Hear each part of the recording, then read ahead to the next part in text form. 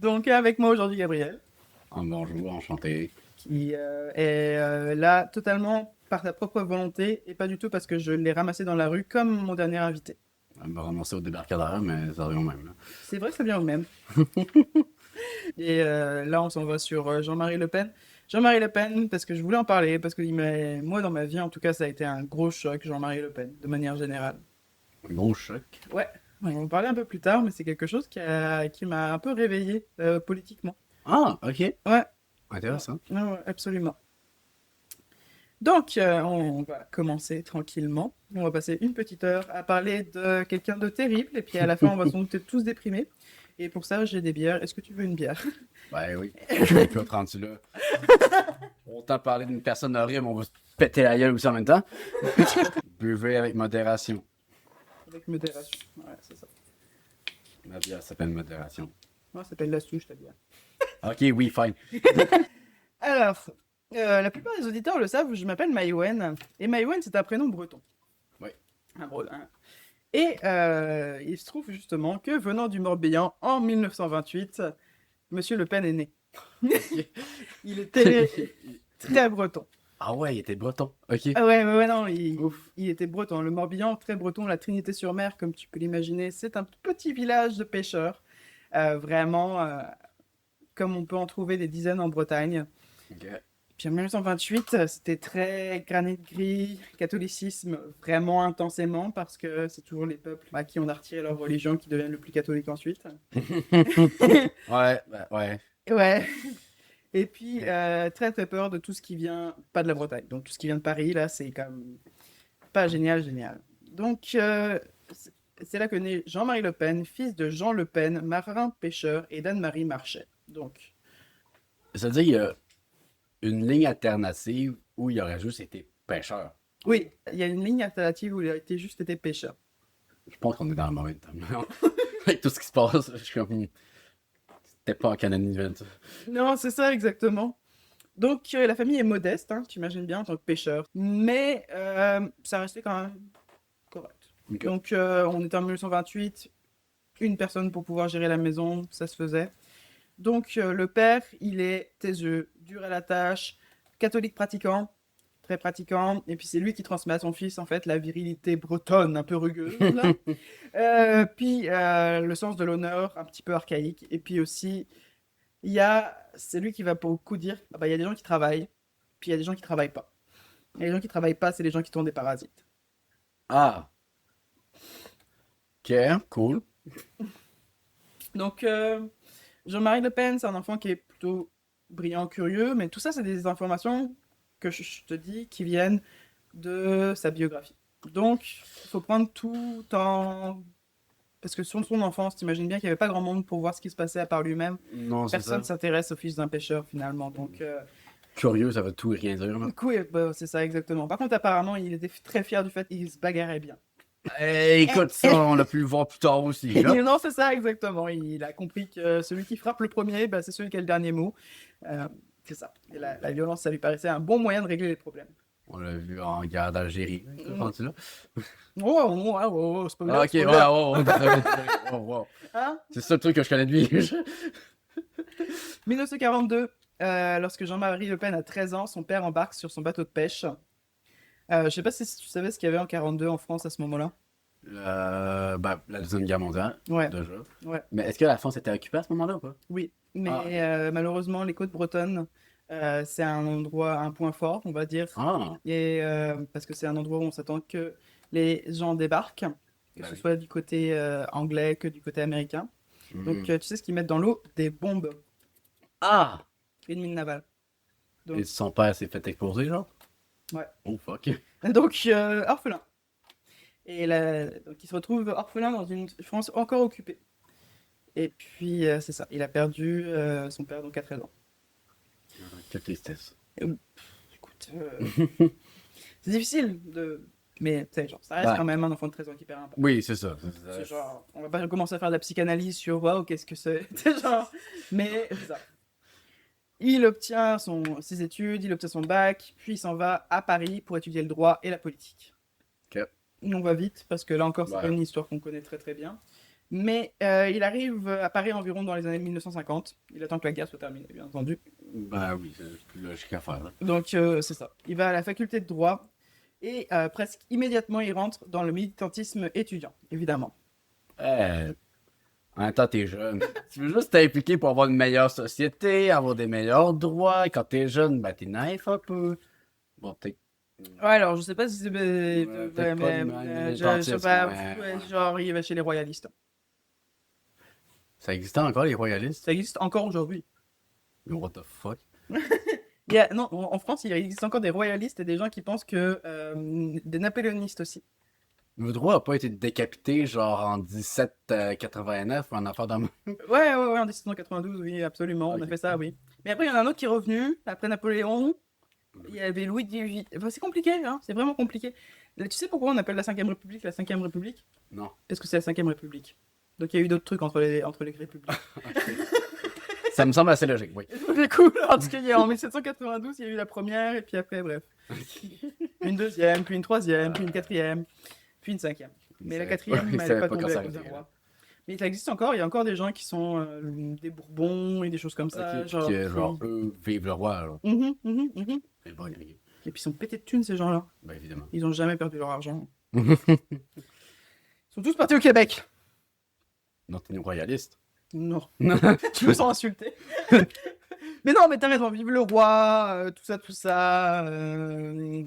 J'en parlais d'ailleurs dans le dernier podcast sur Gilles de Ré et des rois. Moi, je veux mettre les royalistes et les napoléonistes dans un octogone, puis on les fait se battre, et puis c'est celui qui gagne qui va avoir la France à la fin.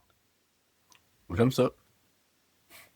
Voilà, c'est tout ce que j'ai à dire. Et puis après, tu mets Macron dans le tas. Allez hop, let's Ouais, go. c'est ça. Un contre ça. Donc il est là, il est chez les nationalistes, les royalistes, catholiques, l'Action française. Et donc à ce moment-là, il va être très très dans les joutes oratoires. Il va parler fort, euh, il va comprendre que si jamais tu t'acharnes, finalement, ça te permet d'avoir raison. Socrate serait pas très content de toi, par contre. Ah ben, moi, je fais juste dire comment Le Pen. Ah ouais, non, je sais, mais genre, dans le sens, c'est plein de sophisme. C'est ça. Mais c'est qu'on le veuille ou non, tu sais, c'est à l'époque en tout cas, Ah, bah et puis oui. même plus tard, hein, il avait un certain charisme, cet homme-là, et puis il savait s'en servir. Mm. Donc à 20 ans, ça devait être encore pire que quand il a vieilli. Oh, fuck, ok, oui, 50 ans. Oui, oh God, il avait 20 ans. Oh, God. Oui, non, à 20 ans, ça devait être, tu sais, genre, en plus, c'est un grand bonhomme, large, blond, yeux bleus, ça, il le dira plusieurs fois. Et puis c'est à Paris qu'aussi, il va vraiment forger sa marque de fabrique, c'est le mépris habillé en bon sens. Il est méprisant, oui, mais c'est logique. Et ça, on va le voir beaucoup à travers aussi tout son discours. Et puis ça va être assez terrible parce qu'il va toujours être de très mauvaise foi. Il va être très menteur. Il va essayer beaucoup de choses. Mais il l'apprend à l'époque. Il comprend qu'en fait, dire quelque chose, c'est pas toujours s'y tenir, premièrement. Mais surtout, c'est pas toujours le penser. C'est pour pouvoir mouvoir une foule, finalement. Ok, très populiste. Exactement. Puis aussi, il est persuadé que l'élite parisienne est complètement déconnectée de la réalité de la France profonde. Et à ce niveau-là, malheureusement, il n'a pas tort. Ouais, ben, tout ce qui est élite est plus ou moins déconnecté. C'est ça exactement. Donc on voit déjà ce côté contre les élites et ainsi de suite. Ouais, s'il va techniquement en devenir une. Oui, et puis en plus d'une manière vraiment étrange. Et Ok. on va en parler. On va faire un petit intermède. Jean-Marie Le Pen, il est borgne. Il portait un eye patch pendant vraiment longtemps. Il avait un eye patch noir. Et puis après, il a eu un œil de verre. Donc c'était quelque chose qui était connu. Un politicien. C'est ça exactement. Et ça l'a fait connaître aussi. Ben, C'est comme en vrai, ouais. c'est quelque chose de particulier.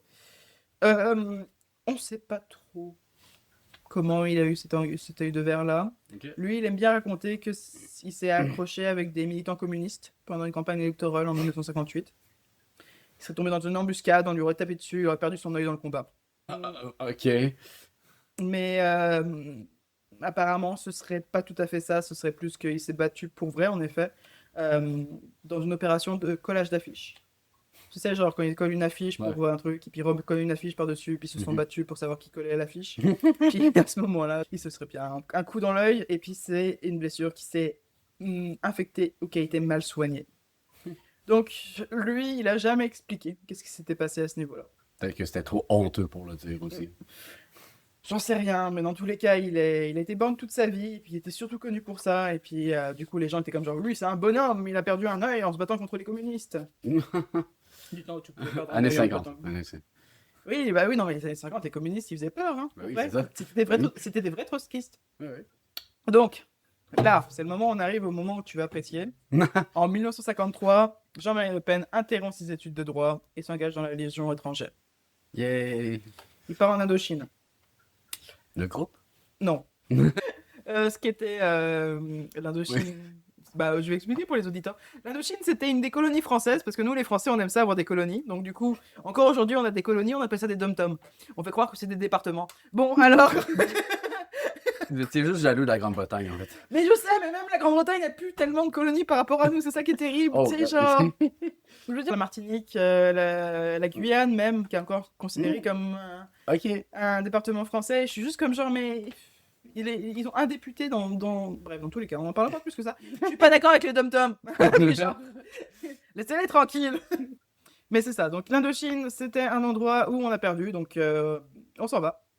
Et puis ensuite, il s'en va en Algérie.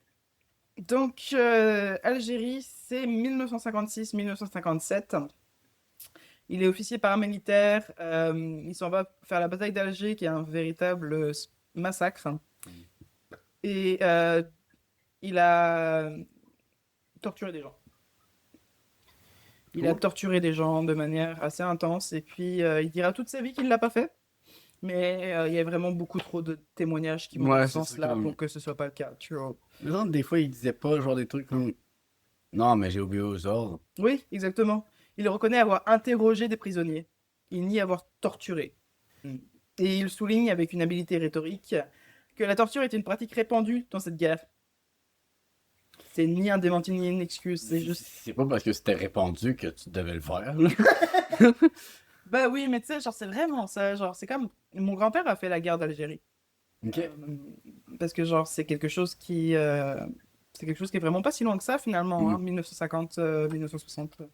Mon père, lui, l'a pas fait, même s'il était.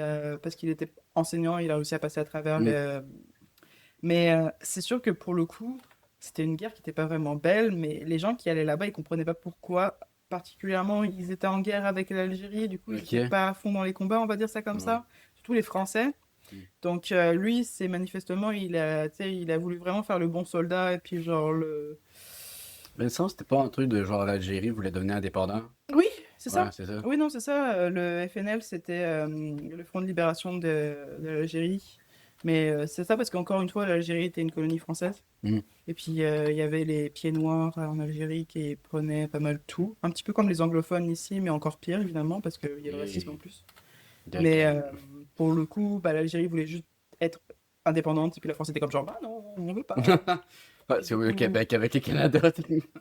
Ouais, mais là, il y a eu une guerre. Ouais, là, il y a eu une C'était- guerre. C'est comme C'était assez terrible. plus intense. Sauf que, comme d'habitude, lorsque tu vas faire une guerre contre les gens qui habitent dans le pays et qui, eux, connaissent leur pays, bah, genre, tu te fais masse. Bah, c'est ça. Tu Oui. perds. Il y a un moment où tu perds.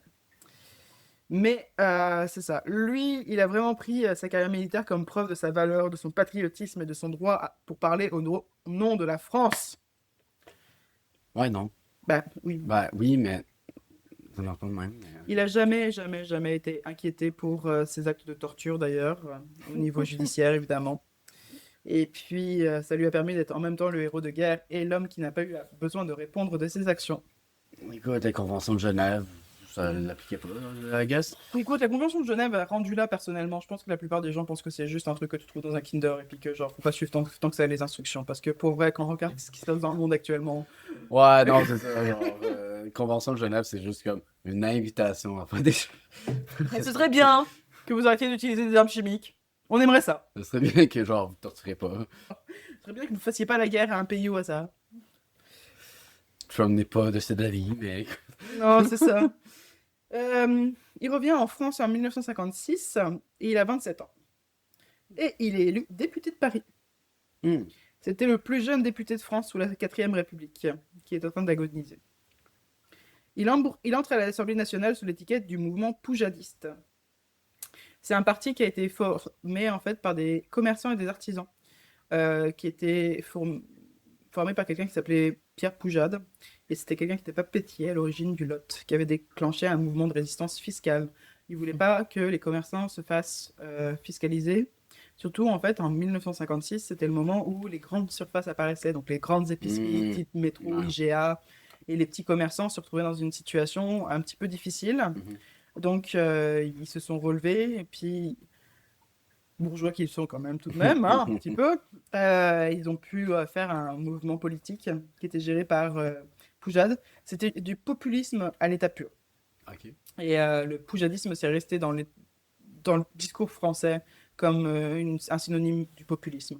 Ok. Ah, intéressant. C'était intéressant. Pour vrai, j'ai lu et puis j'ai écouté pas mal de choses à propos du poujadisme, parce que j'étais comme, ok, c'est un truc que j'ai entendu plusieurs fois dans ma vie, mais Sans savoir. aucune fucking idée de ce que c'est. Et puis, c'est quand même intéressant parce que l'idée de base est de défendre les intérêts de personnes qui travaillent. Mais, avec beaucoup d'antisémites. Vas-y, genre Jean-Marie Le Pen, à quelque part, évidemment, il va avoir d'antisémites aussi. Et oui, c'est ça. Et Poujade était très antisémite, très d'extrême droite, très. Donc, c'est ça. Et puis, mais lui, il avait vraiment cette idée des élites qui contrôlent tout. Il était déjà dans une idée de. Comment on appelle ça? Tu sais, quand les magas, ils sont.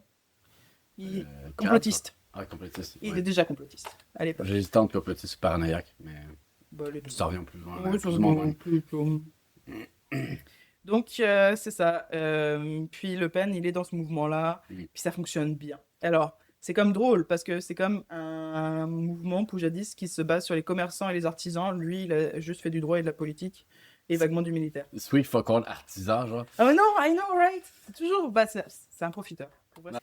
Malheureusement, le mouvement poujadiste, ça dure pas longtemps, et puis il perd son siège vraiment rapidement. Donc, en 1963, Jean-Marie Le Pen est sans emploi. Ses amis, parmi lesquels l'ancien député d'Alger Philippe Marseille, l'ancien Waffen-SS Léon Gauthier et Pierre Durand fondent avec lui la société d'études de relations publiques, la SERP. Donc on va bien noter la composition du groupe fondateur. Hein. Ah ouais, genre... Non, c'est des gauchistes. Un ancien député partisan de l'Algérie française. Ouais. Un ancien Waffen-SS. Donc, je rappelle à tout le monde, les Waffen-SS, c'était les gens qui travaillaient pour les nazis et qui s'en cachaient vraiment pas. Et puis Le Pen. Ouais. Mais ça, j'avais lu un truc sur la SERP qui fait que... C'était pas un truc de musique? Oui. Qui faisait des chants militaires? Oui. Genre, autant le chant militaire Allemagne nazie? Ah oui. Un souci d'archives. Ouais, oui. pour éviter que ça se perde, évidemment. Ouais, exactement. C'est pas parce que tu voulais écouter ça à chaque matin comme réveil, hein. Le bijou national, genre. On protège les archives historiques. Donc, à partir de l'août 1965, la SERP publie une série de 4 albums retraçant l'histoire du Troisième Reich.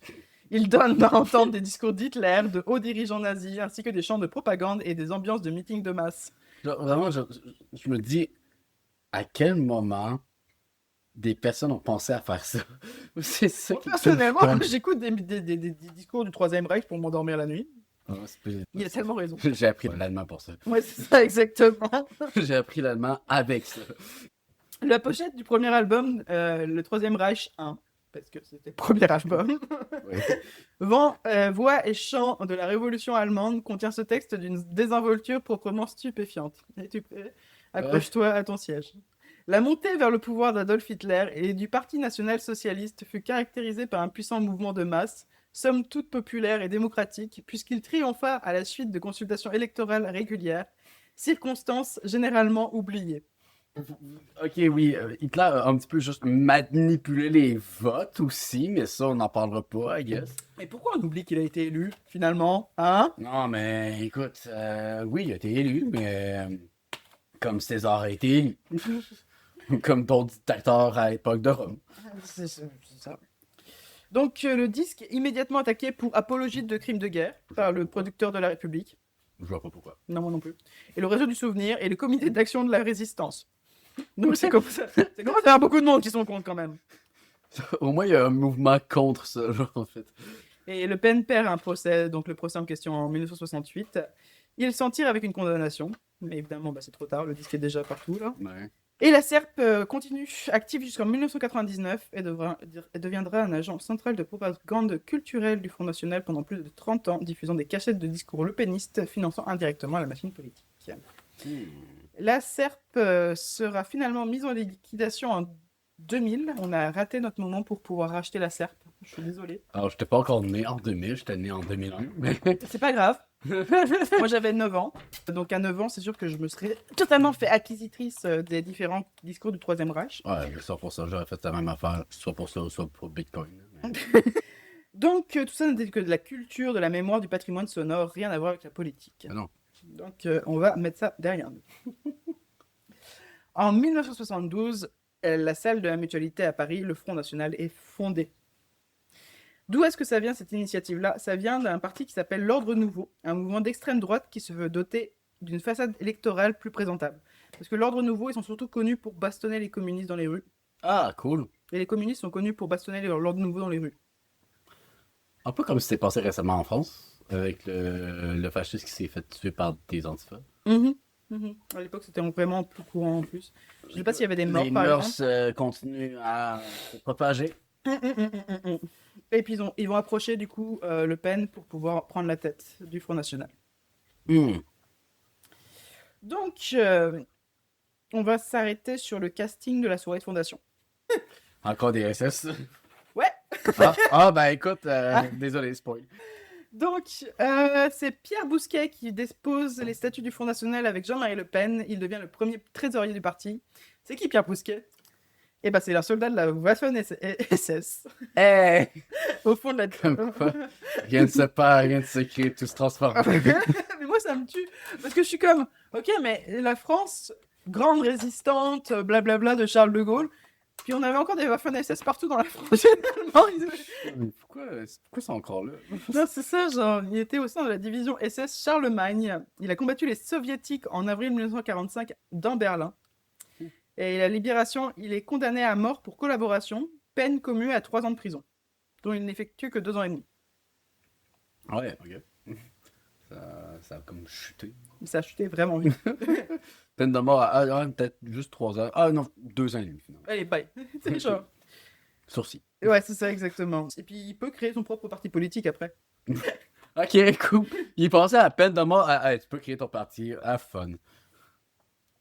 T'as fait 2 ans, t'as réglé tes problèmes, genre, pour vrai. T'étais juste Waffen-SS, je veux dire. Ouais, genre. Va voir un psy, Colis. Non, c'est ça, exactement. Donc, on trouve aussi Léon Gauthier, ancien Waffen-SS aussi, qui avait fait la SERP avec Le Pen. Parce que c'est un autre, c'est pas les mêmes Waffen-SS, c'est 2 Waffen-SS différents. Ah. Donc, c'est super. Tout va bien, tout va bien, tout va bien. Et le pire, c'est que pour fêter les 20 ans du FN, ils ont dit que la personne qui avait fondé avec Le Pen, c'était Pierre Durand, qui était un ancien poujadiste, et ils ont complètement effacé Pierre Bousquet de l'histoire du FN. Bah, c'est comme genre être affilié avec une personne qui était vraiment SS. Ouais. C'était peut-être pas une meilleure image de marque possible. Non, absolument. Surtout que Marine Le Pen a essayé de dédiaboliser le truc. Donc, je suis sûr que... Ça, Jean-Marie Le Pen lui-même, interrogé sur Bousquet en 1984, déclare: Monsieur Bousquet a peut-être eu des responsabilités que vous dites. Il a peut-être été un ancien SS. Mais moi, je suis de ceux qui sont pour la réconciliation des Français. Quoi? Ouais, la réconciliation des Français, autrement dit, on oublie. Tu vois, on oublie, oui, Ah, il était SS, mais c'était une erreur de jeunesse. À une autre époque. À qui ça arrive pas, finalement, Non, hein. tout le monde a déjà été au moins SS une fois dans sa vie. Et je veux dire, combattre à Berlin les soviétiques en 1945, ça prouvait que, bah, oui, il était encore là en 1945, alors que ça sentait le soufre, mais quand même. Ouais, c'est comme avoir médaillé un Ukrainien pour avoir combattu la Deuxième Guerre mondiale, puis que finalement le Canada a fait Attends, ouais, en 45, l'Ukraine était avec qui? Merde, c'était avec les nazis. Mais après, tu sais, genre, c'est quelqu'un qui, 3 ans plus tard, avoir parlé justement de se réconcilier, a dit que les chambres à gaz étaient un point de détail dans la vie. Oui, c'est. Donc, C'est un point de. Non, mais genre vraiment. mais ça a tué combien de monde? 100, 150 personnes? Non. Hein? Bon, hein? Au moins, il dit pas que ça n'existe pas. Non, c'était juste un détail. Un détail. Le truc plus important, c'était la guerre. C'est ça. Puis les Waffen-SS, qui sont maintenant de bons Français. C'est ça, ils sont blancs, ils sont des bons français, voilà. Je sais pas si tu as déjà vu le symbole du Front National. C'est une espèce de flamme avec bleu, blanc, rouge. Ouais, Ouais, ouais. ouais. Ils ont juste copié sur genre l'Italie fasciste. Ok, Ils ont juste changé la couleur verte pour le bleu. Genre. exactement.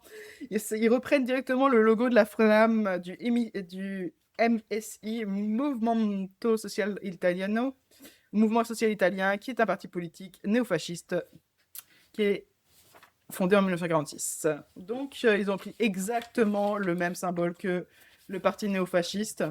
C'est comme si on disait que l'extrême droite n'avait pas beaucoup d'idées originales. Ouais. C'est les mêmes idées depuis genre 39, en fait, techniquement. En fait, ça évoque la flamme qui brûle sur le tombeau de Mussolini. Ils ont repris exactement la même chose que le parti fasciste italien. Et puis le parti fasciste italien, c'était le même que celui qui était pendant la guerre. C'est juste, on leur dit genre, ouais, s'il vous plaît, allez vous cacher ailleurs. Ils ont refondé un parti fasciste italien. C'est juste qu'ils l'ont appelé le Parti social à la place. On se rappellera d'un autre parti social en 1939. Ouais, non, c'est ça. Conçu par presque peintre. Et lorsqu'on doit demander à Jean-Marie Le Pen pourquoi vous avez choisi cette flamme-là, il répond: je crois qu'il ne faut pas tirer des conclusions de ces graphismes identiques et nous avons utilisé cette flamme tricolore parce qu'elle nous paraît plus jolie sur le marché graphique. C'est sûr que moi, personnellement, si jamais je dois genre décorer mon parti politique, je vais prendre la croix gammée, mais je vais la mettre en rouge. Et puis tu vas juste comme changer un petit peu de sens. Ouais, c'est ça exactement. Et puis je vais dire genre, non, mais je me suis inspiré de l'Inde. Ouais, c'est ça. Comme quoi, c'est le tic, genre, comment? Non, c'est ça exactement. Donc, c'est ça. C'est un kanji japonais. Alors, étrangement d'ailleurs, le parti, d'ailleurs, toujours aucun lien entre les deux, hein, mais le MSI aide le FR en leur fournissant des imprimés, des affiches, des journaux, des autocollants pour les législatives de 1973, donc les élections, transportés dans des voitures de militants italiens jusqu'à la frontière. Donc, rien à voir entre les deux partis.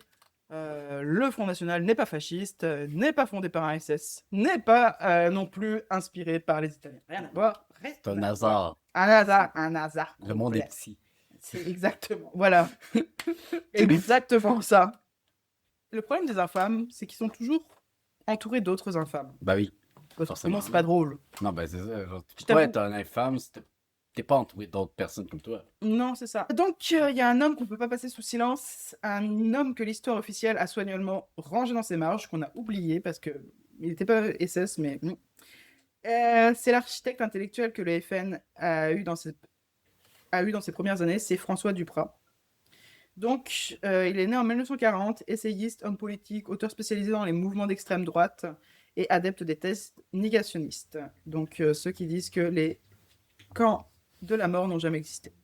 Ah, ok, c'est ça, négationniste. Ouais.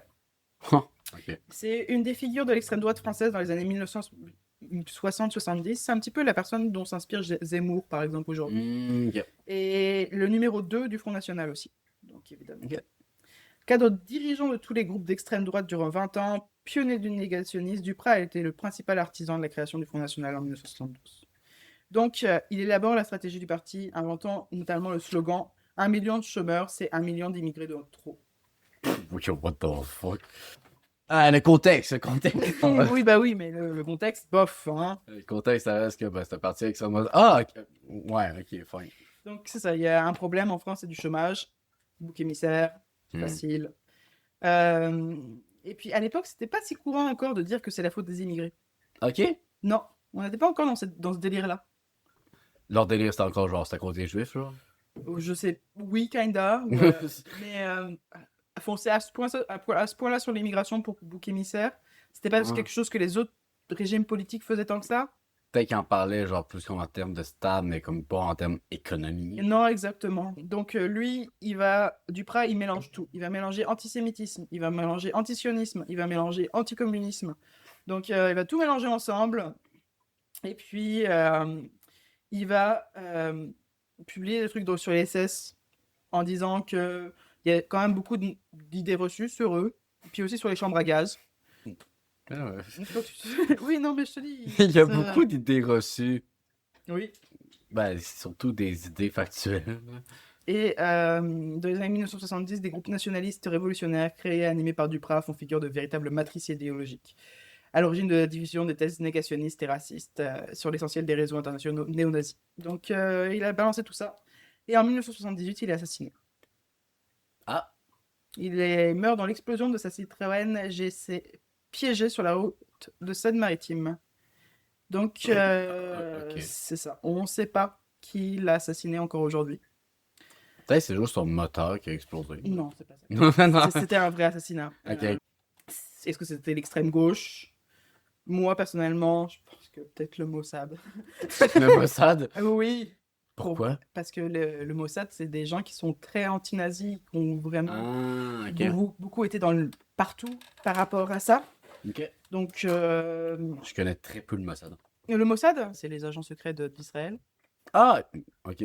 C'est la CIA d'Israël, le Mossad. Ah. Et à l'origine, ça a été créé pour aller chasser les nazis qui étaient partis en Argentine. Ah oui, ok. Mais ils étaient un peu partout aussi pour pouvoir se débarrasser justement des autres nazis Ouais, et puis s'assurer oui. que genre ça recommence pas cette affaire-là. Ça fait qu'ils sont très très puissants, le Mossad, et puis encore aujourd'hui, c'est des gens extrêmement bien entraînés. Well, ok. Voilà. Ça a changé depuis le temps. Non, pas tellement. Ah, ouais, c'est vrai. Ouais. Non, Ils malheureusement. chassent plus des nazis. Ils chassent plus de nazis, mais ils font passer les intérêts d'Israël avant tout. C'est ça. C'est ça. Donc on sait pas du tout d'où ça vient. Moi je dis le Mossad parce que c'est rigolo, on va dire ça comme ça, hein. S'il vous plaît, le Mossad ne me tuez pas. Mais Duprat est devenu le martyr de l'extrême droite. Et puis il y a un hommage annuel qui lui est rendu. Donc c'est ça. C'était Monsieur Duprat. On en a assez parlé. Merci, au revoir. De 1974 à 1983, tout le monde s'en fout de Jean-Marie Le Pen. Ouais, il vient de commencer. Non, il n'est pas à l'Assemblée, il passe rarement à la télévision. Mais pendant ces années-là, il fait quand même quelque chose, il structure le FN. Donc, il met en place des fédérations locales, il forme des militants, développe un réseau. Donc, tu sais, genre le truc habituel quand tu commences un parti politique, là. Ouais. Puis il fait ça pour à peu près 10 ans. Donc, ça prend un petit peu de temps, mais... Ouais. Construire son projet. C'est construire son projet. C'est sûr qu'aujourd'hui, la plupart des gens, avec les réseaux sociaux, ça va beaucoup plus vite. Ouais, bah oui. Mais c'est sûr. aujourd'hui, c'était pas ça du tout, là. Ouais. S'il n'y a pas d'Internet, ben, tu dois rencontrer des gens et tout. Ouais, non, c'est ça, C'est du exactement. porte-à-porte. Ouais, non, c'est ça, Est-ce qu'il exactement. faisait du porte-à-porte? Ouais. Oh, boy, il y a tellement eu de portes qui s'est fait claquer devant sa gueule. Bah, sans doute que la plupart des gens faisaient du porte-à-porte. C'est vrai, vu de même, mais. Lui, il observe la société française qui est en train de changer autour de lui. Le chômage grimpe après les chocs pétroliers. La gauche est en pouvoir depuis 1981. Il déçoit une partie de l'électorat. Puis, c'est ça. Donc, C'est Mitterrand à cette ouais. époque? Ouais, Mitterrand. En 1976, on va remonter un tout petit peu en avant. Le FN, toujours de la merde. Tout le monde n'en a rien à foutre. Et puis, c'était très bien comme ça. Et puis, dans la nuit du 1er au 2 novembre 1976, une bombe explose. Chez Le Pen. Ok.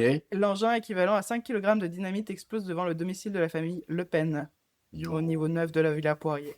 Le Mossad a encore frappé. Je sais pas si c'est le Mossad. Ils sortent indemnes. L'attentat est revendiqué par un comité antifasciste. Mais on sait pas trop c'est qui, hein. Ou alors, il y a une autre piste qui dit que ce serait lié à un héritage colossal que Le Pen vient de percevoir de la part de Hubert Lambert, quelqu'un dont il s'était occupé. Donc, on ne sait pas. Et puis, Jean-Marie Le Pen, il va utiliser ce moment-là, cet attentat-là, évidemment, pour faire venir la lumière sur lui. Bah oui. Et puis, de dire, oui, je suis un homme fort. C'est quelqu'un qui a essayé de m'éliminer car je suis dangereux. Ok, il a pas joué avec le truc de Ah, Dieu m'a sauvé. Là. Non, Écoute, tant mieux, parce que sinon ça aurait été juste cringe. Là. non, c'est ça exactement. Genre, tu sais, finalement, ça le met sur l'échiquier Ah oui. politique. Ah oui. Si jamais il est assez dérangeant pour qu'on veuille l'éliminer, ça le rend sympathique. Je dirais pas ça, mais ouais. Non, mais. Genre, mais plus comme ça le rend important. Mhm, mhm, mhm. Bah, c'est malheureux, mais oui, un petit peu. Ouais, c'est genre, oh non, pas petit chou, genre sa maison a explosé. Oh non, sa maison a explosé. Oh non. Oh non, il est devenu millionnaire. Oh non. Mais à l'époque, il y avait ses 3 filles dans la maison, dont Marine Le Pen, qui va être son héritière, qui avait 8 ans à l'époque quand la bombe a explosé. Donc sans doute que ça n'a pas aidé les choses. Non, effectivement. On va juste s'arrêter un tout petit peu sur la rhétorique. Comment Le Pen il fait pour pouvoir parler aux gens, puis avoir toujours un peu raison? Tu sais, genre le truc de Schopenhauer, là d'avoir toujours Ouais, raison. bah ça, les sophismes. là. C'est ça exactement. Le premier outil, c'est l'inversion victimière. Le Pen, c'est jamais l'agresseur. Il est toujours la victime. C'est la victime du système, c'est la victime des médias, c'est la victime de la justice aux ordres. Chaque condamnation judiciaire devient une preuve de plus en plus que le régime, l'institution le persécute. Hmm. Et c'est difficile de se battre contre ça. Ben non, c'est ça. Donc, toutes ces défaites, ça devient des arguments. Il n'a pas perdu. On le martyrise. On Plus on voit, l'attaque, on plus il voit est fort. beaucoup ça encore, Oui. malheureusement. Ouais, donc, mais toutes les choses que je vais Just- noter, c'est des choses qui sont beaucoup utilisées. Ouais, Beaucoup utilisées encore aujourd'hui. Parce que tu vois, là encore, Trump, c'est la même chose. C'est la, ouais. j'ai pas perdu, je me suis pas fait attaquer. C'est Je genre, suis la victime. je suis la victime, c'est parce que la gauche, Un tu sais, genre. PSPP, il utilise ça ces derniers temps. Puis, ah, regarde, il m'énerve. Oui, c'est ça, exactement. Le flou sémantique. Le Pen, il dit jamais clairement ce qu'il pense. Il pose des questions. Il soulève des problèmes. Quand il frôle le négationnisme, il dit je m'interroge juste sur les chiffres. Ah, God. Ok. Donc, ça permet d'échapper partiellement à la justice, mais aussi Mm. de laisser à chaque auditeur entendre un petit peu ce qu'il veut. Mm. C'est comme vraiment le. Tu sais, genre, quand tu essayes de choper les migrants en disant genre c'est leur faute. Moi, écoutez, je dis pas que c'est la faute des migrants, mais je m'interroge sur les chiffres qui sont donnés. Ouais, non, c'est ça. Ouais. Parce que moi, ce que je vois chez les Français, chez les Québécois, Ah, c'est des gens malheureux. C'est genre des choses comme ça. ouais, ok, ouais, je vois l'affaire. Et c'est ça. Et à côté, il y a l'humour, bien entendu. Vraiment le truc de genre, oh, mais c'est une blague. Ok, mais ça, j'étais genre, il était drôle. Mais tu sais, tu sais, genre quand il dit ces blagues sur les chambres à gaz, sur les fours crématoires, il est toujours, oh, c'est de l'humour. Parce que moi, j'ai vécu la guerre. Ah, c'est de l'humour, ça n'a jamais existé. Ouais, non, c'est ça, exactement. Et puis, la constance. Évidemment, il dit toujours la même chose depuis Mm. 1972. Il a jamais arrêté de dire la même chose. Donc, il sait ce qu'il pense, on sait ce qu'il pense. C'est toujours la même chose. Il a jamais retourné sa veste, il a jamais décidé d'aller, genre, s'allier avec d'autres personnes. Officiellement, en tout cas. Au moins, ça fait que ça veut dire que le gars, ben, comment je pourrais dire ça, genre, les gens vont dire, ah ben, il est honnête, il dit la même chose depuis des années. Oui, absolument. Mais le problème, le point 2, c'est que, ben, on sait jamais si il dit vraiment ce qu'il pense pas, genre. Mhm. Donc, ouais. Un mélange des deux. C'est ça. C'est les deux premiers trucs dont je dirais qu'il faut se méfier. C'est vraiment l'inversion victimaire, parce que ça, on le voit beaucoup encore aujourd'hui. Ouais, ouais. Puis le flou sémantique, oui aussi, mais ça demande quand même une certaine, tu sais, genre, une certaine intelligence. Ouais. Donc, moi, je pense vraiment que cet homme-là, il était plus intelligent qu'il ne le faisait passer de certaines manières. Je dis pas Mm. que cette intelligence allait dans l'empathie ni rien, mais que au niveau orateur, c'était quand même Oui. assez impressionnant, tu Mhm. sais, pour pouvoir l'avoir vu contre Desproges, qui est un de mes... Desproges, c'est un humoriste français très bon, Ok.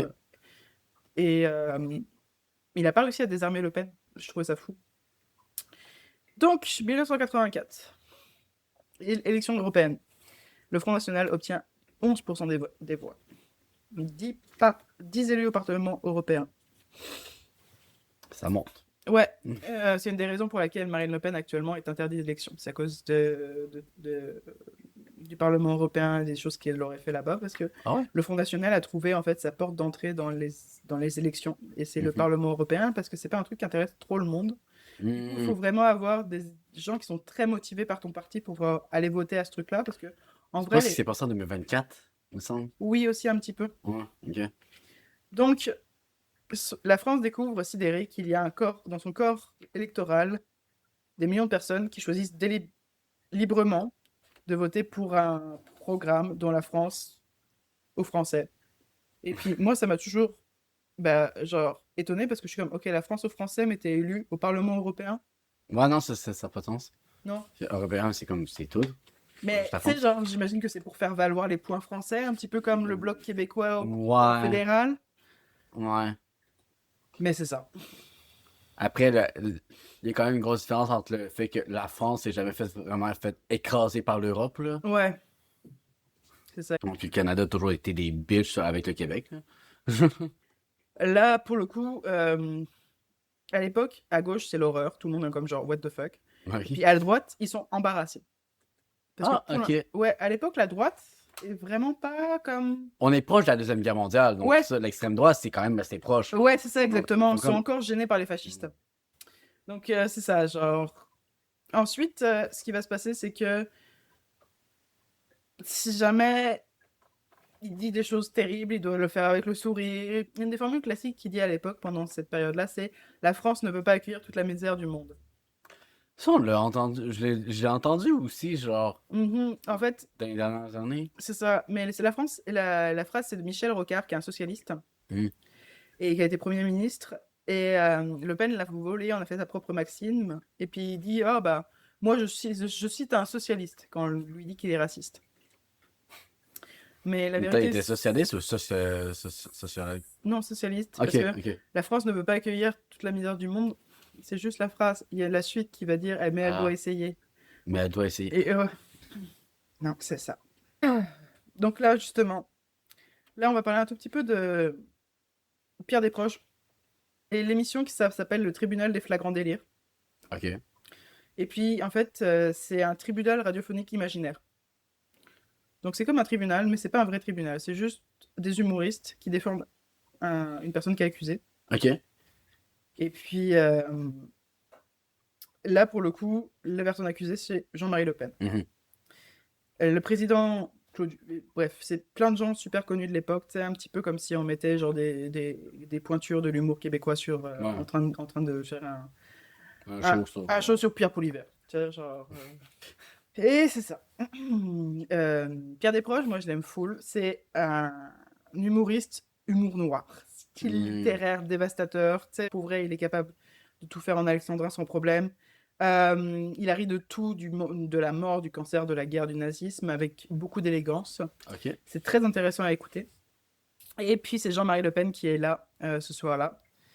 Et lui, il commence en disant française, français, belge, belge, extrémiste, extrémiste. Avant de poser la vraie question, peut-on rire de tout? Mais surtout, peut-on rire avec tout le monde? Mm. Là, pour le coup, Desproges continue un petit peu et dit on doit rire de tout. Et après, il dit personnellement, il m'arrive de renacler à l'idée d'inciter mes zygomatiques à la tétanisation crispée. C'est quelquefois au-dessus de mes forces dans certains environnements humains. La compagnie d'un stalinien pratiquant me met rarement en joie.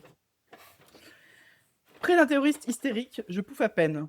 Et la présence à mes côtés d'un militant d'extrême droite assombrit couramment la jovialité monocale de cette mine réjouie. Ce que Desproges va faire à ce moment-là, c'est qu'il va refuser de rire avec Le Pen. Ok. Il va... Parce que comme si il décidait de rire avec Le Pen, ça lui donnerait du pouvoir à Le Pen aussi, genre. Mhm. Mm. Donc il n'est pas en train de... En fait, il n'est pas en train d'essayer de l'accuser. Il n'est pas en train de faire un discours politique non plus. Non. Il est comme, je peux rire de toi, mais je rirai jamais avec toi. Mm. Et ça, c'est super intéressant. C'est vraiment un Oui, beau procès. 100%. Si jamais vous avez l'occasion de l'écouter. Puis c'est quelque chose qui se perd un petit peu, cette subtilité-là, un peu philosophique finalement. Il disait, l'humour n'est pas un passeport universel. On peut rire de la mort, de la maladie, de la misère, parce que c'est des sujets qui appartiennent à tout le monde. Mais on ne peut pas rire avec quelqu'un dont la présence même contredit la liberté que le rire est censé incarner. Hey, mais ok, c'est. Ouais, non, il était vraiment bon. Ouais, ouais. Malheureusement, il est mort du cancer à 49 ans.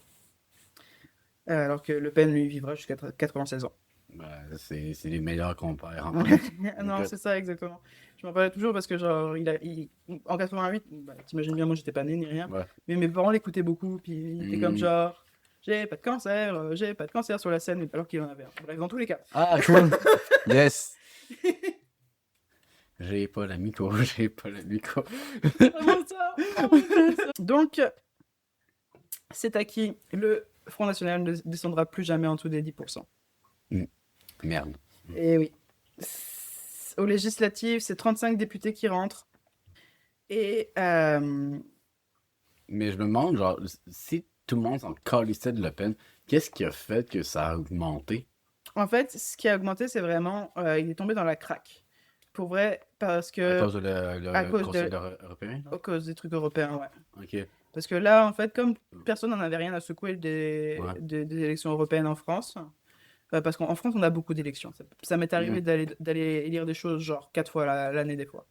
Tu vois, élections législatives. Ok. Nanana. Donc, on a vraiment beaucoup, beaucoup d'élections. Donc, les élections européennes, c'est souvent le mal aimé. Ok. C'est un petit peu comme genre les votes municipaux Ouais, au Québec, là. ouais, c'est ça, exactement. Mais là, encore pire, tu vois. Ouais, parce que là, c'est Europe, c'est Ouais, c'est pas. ça, Ouais. exactement. C'est donc, il faut vraiment, si jamais tu as une frange de militants vraiment extrémistes, Hmm. c'est un endroit où C'est tu vrai vas que. apparaître facilement. Ok, ouais. Parce que eux, ils vont aller voter peu importe ce qui se passe. Parce Hmm. qu'ils sont vraiment extrémistes, parce qu'ils pensent vraiment que, genre. Ok. Donc pour eux, c'était un moyen de rentrer. Il y avait aussi le moyen, le fait que, en fait, Le Pen dit qu'il faut vraiment, en France, tu dois partager la télévision entre les différents partis, puis chaque parti doit avoir exactement la même longueur à Ouais. la télévision. Ok. Ouais. Et puis bah, pour les législatives, par exemple, bah, ils se sont présentés, et puis là, comme ils commencent à apparaître à la télévision se démocratise également. Ouais, ben. On est plus sur la médiatisation commence à arriver. Lui, il a fait son travail. Il y a des espèces de, j'allais dire des cabales, mais c'est presque, hein, des trucs militants un peu partout dans la France, donc ils peuvent les Hmm. rejoindre facilement. C'est sûr que clairement la télévision a clairement aidé, là. Ah oui, absolument. Puis il y a aussi le fait que il commence à avoir de l'argent Hmm. d'un endroit bizarre. Pas la Russie, Non, ou genre la Corée du Sud. oui. Ouais, C'est en fait, c'est fucked up, genre c'est pas ça sort de nulle part. ça sort de nulle part, je sais, mais là, genre 1986, les législatives, donc du coup les députés, ils sont financés par la secte Moon, qui est en Corée, qui est une Ok. secte anticommuniste, et elle finance le Front National. Mais ça, c'est genre, ils espéraient une troisième guerre mondiale parce que comme ça, c'est sûr que les communistes allaient mourir, genre. Alors, Genre, j'ai écrit qui est Sun Myung-moon, justement pour ceux qui ne le connaissent pas. C'est un prédicateur sud-coréen, fondateur de l'église de l'unification, qui se présente comme le Messie, organise des mariages collectifs de plusieurs milliers de couples à la fois et dirige un ah, empire financier tentaculaire aux ramifications politiques mondiales. Anticommuniste forcené, il finance dans les années 1980 des mouvements d'extrême droite aux États-Unis, en Europe et en Amérique latine, avec pour objectif déclaré de contrer l'influence soviétique. Et puis en France, c'est le FN. ouf. C'est Ok. fou, hein, ça vient de nulle part des fois. C'est vraiment tellement random. Puis en plus, c'est entre 3,5 et 4,5 millions d'euros. Donc à peu près, c'est comme 4,5 millions de dollars à 5,5 millions de dollars. C'est quand même pas pire. C'est beaucoup. Non, C'est c'est beaucoup, ça. c'est beaucoup. Le Pen, lui, dit, bon bah non, j'ai jamais eu cet argent-là. Néanmoins, j'ai bénéficié d'un apport logistique. Nous n'avons pas reçu d'argent de Moon, mais en revanche, ils nous ont envoyé des militants fantastiques. Je me souviens qu'en 1986, 30 types venant de toute l'Europe ont débarqué à Marseille. Ils ont tapissé la ville d'affiches, ils couchaient à même le plancher, des gens dévoués au dévouement extraordinaire. Ouais, bah Ok. oui, des membres d'une secte, Bah ouais, des non, c'est cultistes, ça, là. des genre, Ouais. c'est genre, c'est comme genre, ouais, on a eu des gens qui sont venus genre tapisser une ville d'affiches et qui Bah, dormaient sur le carrelage. gratuitement. Gratuitement! Ah! Hey! Je poserai pas de questions! Je fais des économies en ce moment, là. Je vais recevoir 3 millions, mais ça détaille. Et donc, il y a le représentant de l'Église de l'Unification en France qui s'appelle Pierre Sérac, qui fait partie du coup du Front National. Et puis, il devrait le poser en tant que finalement porte-voix de l'Église de l'Unification. Ok. C'est ça. Et puis, c'est ça. En 1987, d'ailleurs, il accompagne Syriac, hein, il accompagne Jean-Marie Le Pen à Washington et on a une photo de Le Pen et Reagan. Comme quoi. Grâce à un député cultiste de Moon. Wow. Pour qui a financé un parti fondé par un ancien SS, cofinancé par des fascistes italiens. Tout est dans tout. Je pensais juste comme Reagan. C'était-tu un connard Reagan? Je sais plus. Il me semble que oui. Je sais pas. Je sais plus. Mais malheureusement, lorsque Le Pen parle des chambres à gaz en disant que c'est un point de détail, les ministres sont pas vraiment motivés par ça. Et puis ça se dégrade. Donc, c'est ça. Ok, c'est pas motivé en mode genre, ils ont pas pris la parole là-dessus, genre. Si, ils ont dit l'Église de l'Unification a été déçue et effrayée par cette déclaration. Ah. Et, après la présidence de 1988, l'accord entre le mouvement COSA et la FN s'est arrêté. Le secte Moon rompt avec Le Pen parce qu'il est trop antisémite pour eux. Ah ouais, ok, quand même. Et quand t'as une organisation mondiale Ouais, ben, ça, sectaire ouais. qui manipule psychologiquement ses membres et qui vide leur compte en banque, qui te fait genre ouais t'abuses. Non, j'irais pas jusqu'à là. Alors 88 présidentielle, Le Pen fait 14,4% au premier tour. Les gens commencent à l'inviter de plus en plus à la Ouais. télévision. 95, 15% au premier tour. Passe toujours pas. Ça continue à avancer. Euh, les gens qui ont perdu confiance en la gauche aussi, en Parti communiste et tout ça, commencent à se pencher vers l'extrême droite. Et puis, C'est un cercle, c'est pas une ligne. non, c'est ça exactement. Et puis à ce niveau-là, c'est ça que ça commence à aller de mal en pis. Je te vois découragé. Non, non, mais c'est ça, genre, j'ai écrit encore plus sur les chambres à gaz, mais on va passer à autre chose parce que pour vrai, Ben, c'est un détail. c'est un détail. Ouais, oh mon dieu. Michel Durafour est ministre de la fonction publique, Mhm. un homme ordinaire. Le Pen monte à la tribune et sur la blague Durafour crématoire. Un jeu de mots qui lui vaut une condamnation en appel de 100 000 francs en 1988. Yo, tu dis pas ça, genre, tu sais, c'est ton chum et tu fais ça, genre, autour d'une bière, pourquoi pas? Non. Genre, non. Ah oui, mais attends, là j'ai fait une liste des différentes conneries qu'il a dit. Alors, parce qu'il récidive, à chaque fois il récidive. Je sais qu'il a C'est parlé des genre- races à un moment donné, hein. C'est ça exactement, mais là tu sais, au moins il dit que les détails des camps, c'est la plus grosse connerie qui lui est sortie de la bouche en 40 ans de carrière. Mais, évidemment, ils peuvent pas. Ça c'était en 1980, je sais plus là, 1980, je sais plus. Mais dans tous les cas, bah, oui, peut-être qu'il dit cette connerie-là en 87. Mais Durafour Motor, c'est en 88. Moi, écoute, genre, il a dit, c'était la plus grosse connerie que j'ai dit, juste pour pouvoir dire ça après, parce que comme ça, il a avoué que finalement, ça a existé, donc je peux faire la blague après. En 1996, il parle de l'inégalité des races en disant que les races n'ont pas toutes les mêmes capacités ni le même niveau d'évolution historique. Voilà, ça c'est fait. Paf. Pendant l'université d'été du FN. En 2005, il déclare qu'en France, du moins, l'occupation allemande n'a pas particulièrement été inhumaine, même s'il y a eu des bavures. Quoi? Parce que 76 000 juifs en France ont été envoyés chez au camp d'administration. Non, mais c'est des bavures, ça va, Ouais, c'est un détail. C'est un détail. C'est quoi 76 000, genre? C'est C'est 60. beaucoup. En 2008, qu'est-ce qu'il dit il réaffirme que les chambres à gaz sont un détail. Le journaliste Jean-Michel Apathy note qu'il va plus loin qu'en 1987. Il affirme ne pas croire à cette vision-là de la Attends. déportation et des morts dans les camps. Le journaliste s'appelle Jean-Michel Apathy. Ouais, Incroyable. ouais, Je devais juste la noter. c'est ça. Donc, c'est ça. Il dit juste genre, bah, j'y crois pas, moi, ça. Je ne pense pas, je peine à croire à cette vision-là. Tu vois, encore ce flou-là. Ouais, c'est ça, je suis comme, ben, bro, il y a des livres d'histoire. Ça parce que toi, tu l'as pas vu que, genre, eux, ils l'ont pas vécu. Puis en 2015, dans son blog à propos du chanteur Patrick Bruel, on fera une fournée la prochaine fois. Parce que Patrick Bruel, il est juif, j'imagine. Je pense que oui. Yes.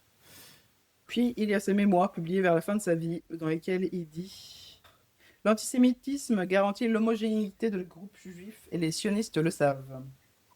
Ok. Donc c'est ça. C'est sûr que pour le coup, le président du CRIF a dit sans détour à la mort de Jean-Marie Le Pen. Jean-Marie Le Pen était le premier à avoir donné une caution politique à l'antisémitisme, au racisme et au négationnisme après la guerre. C'est le premier à s'être lancé là-dedans, pour vrai. Ouais, ben, C'est lui qui a tout commencé. genre, en fait, il a fait tellement de trucs. En fait, je pense aussi, c'est le fait que la France. Vous, vous avez déjà eu justement un moment où vous avez été occupé par les Ouais. nazis. Et je pense que c'est ça qui a fait qu'il y a des nazis qui sont restés. Et que Oui. ben, Jean-Marie Le Pen a fait comme. Let's go! Non, c'est ça. C'est sûr Alors que... qu'au Québec, ben, il n'y en avait pas tant. Non, Après son heureusement. nazi. Ben non, non, non, absolument. Mais c'est ça, en fait, en France, on a été occupés, donc, et puis tous ces gens qui étaient dans le pouvoir, ils ont pas tous été purgés. Ouais, mais c'est Loin de ça. là, finalement, quand on regarde un petit peu la composition du parti et puis Ouais. ses meilleurs amis, là. Le Mossad a mal fait leur job.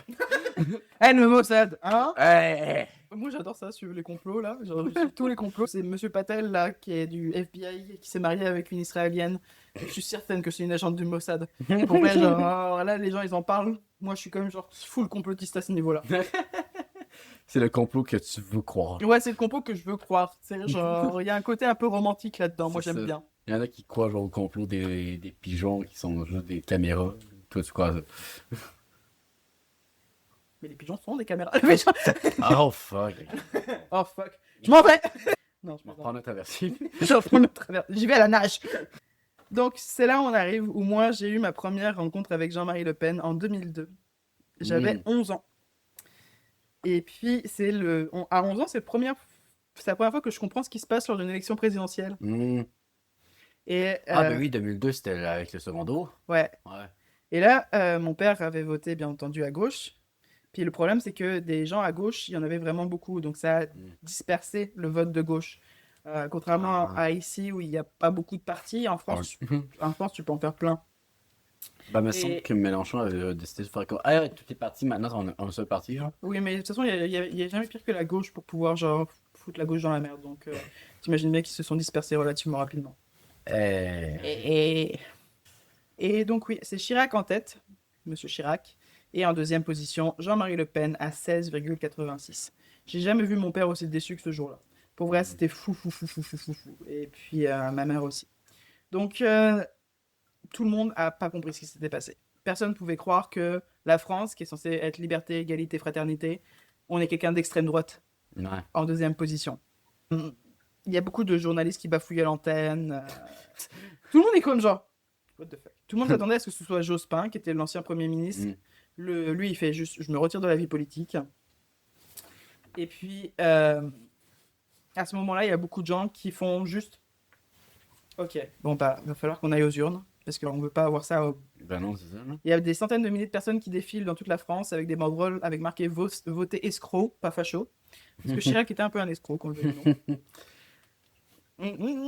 Ben, cancer, choléra. C'est un peu ça.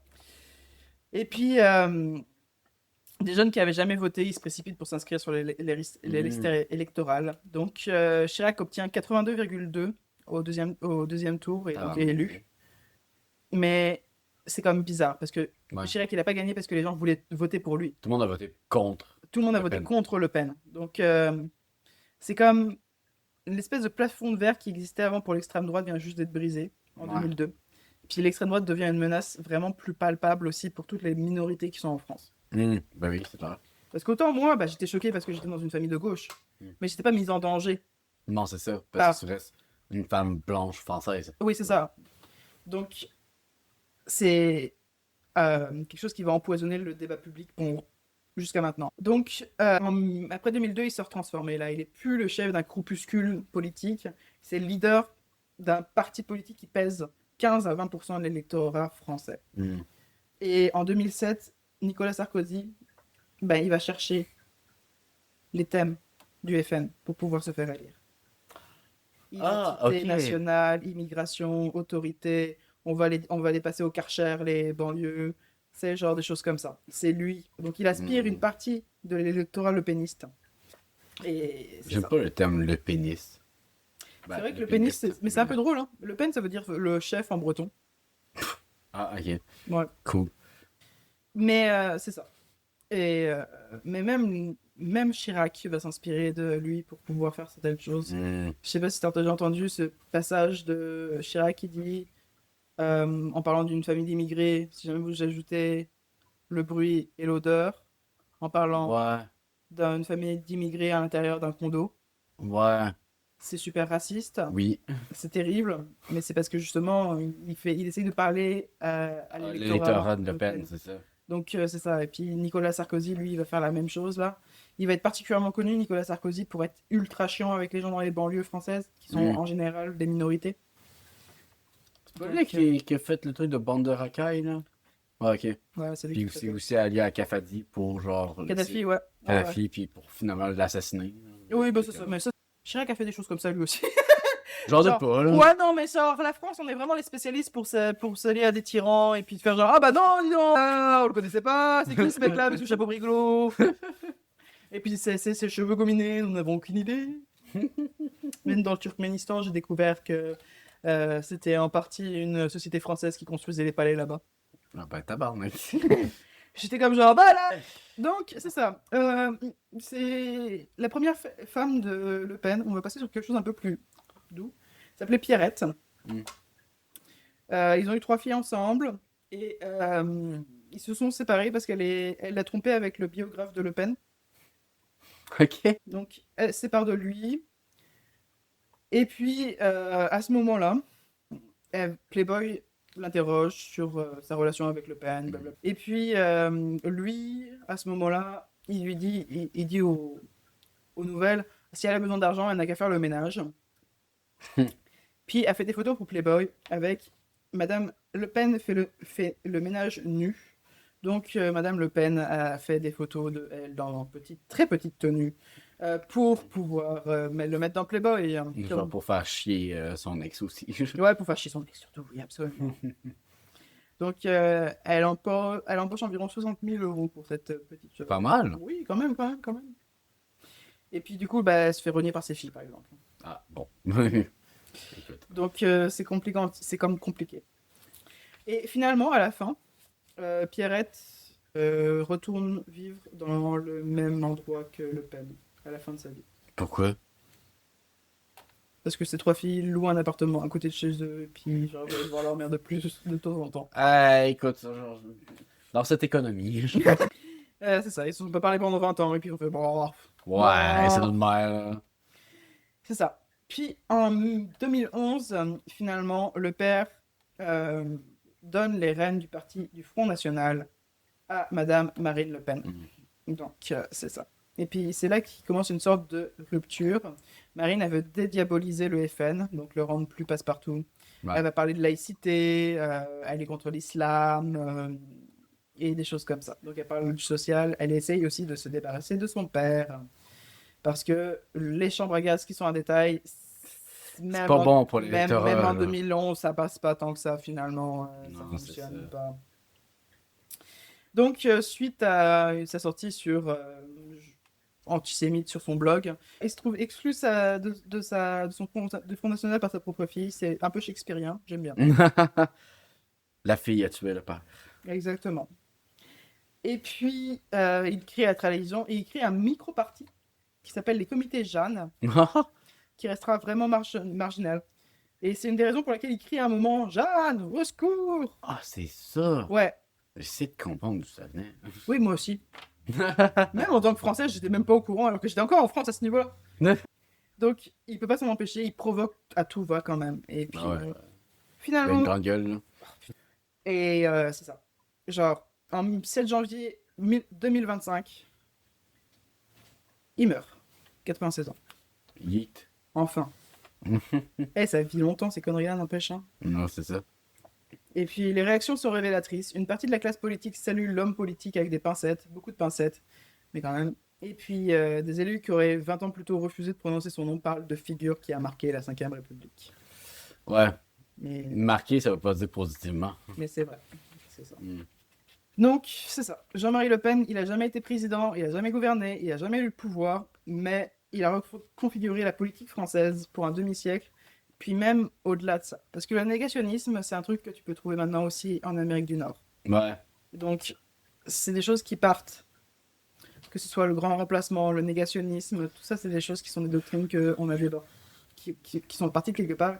Ça Et venait puis- de la France, puis maintenant, c'est arrivé en Amérique du Nord. Exactement. Et c'est ça vient. Et puis, toutes ces choses qu'il a mis en place sont des choses qui se propagent grâce à TikTok, Ouais. aux gens d'extrême droite et aujourd'hui aux médias. Donc, ça, En c'est vrai, fou. je pense que Le Pen me fait peut-être penser un peu. Ben, plus l'inverse. Que je pense que Mathieu Bock-Côté me fait un peu penser à Le Pen. Un peu. Genre, le fait c'est un grand orateur d'extrême droite. Oui. Bon, c'est sûr que de côté, il est pas en train de se lancer en politique, là. Mais ça reste que c'est une grande gueule, puis il laisse pas les personnes parler. Ah oui, définitivement. Et puis, genre, c'est comme ça. C'est des personnes comme. Tu vois, on avait dit au début, Le Pen, c'est un bagarreur. Ouais, c'est ça. Puis c'est la même chose. C'est des gens qui ont été habitués, tu sais, dans la cour de récréation, à péter la gueule des gens qui Ouais. s'aimaient pas. Puis C'est- lui, il pétait la gueule, mais maintenant, genre, oralement. Ouais, c'est ça, exactement. Donc, après, quand tu découvres que c'est ça. Mais il y a 4 choses qu'on peut retenir.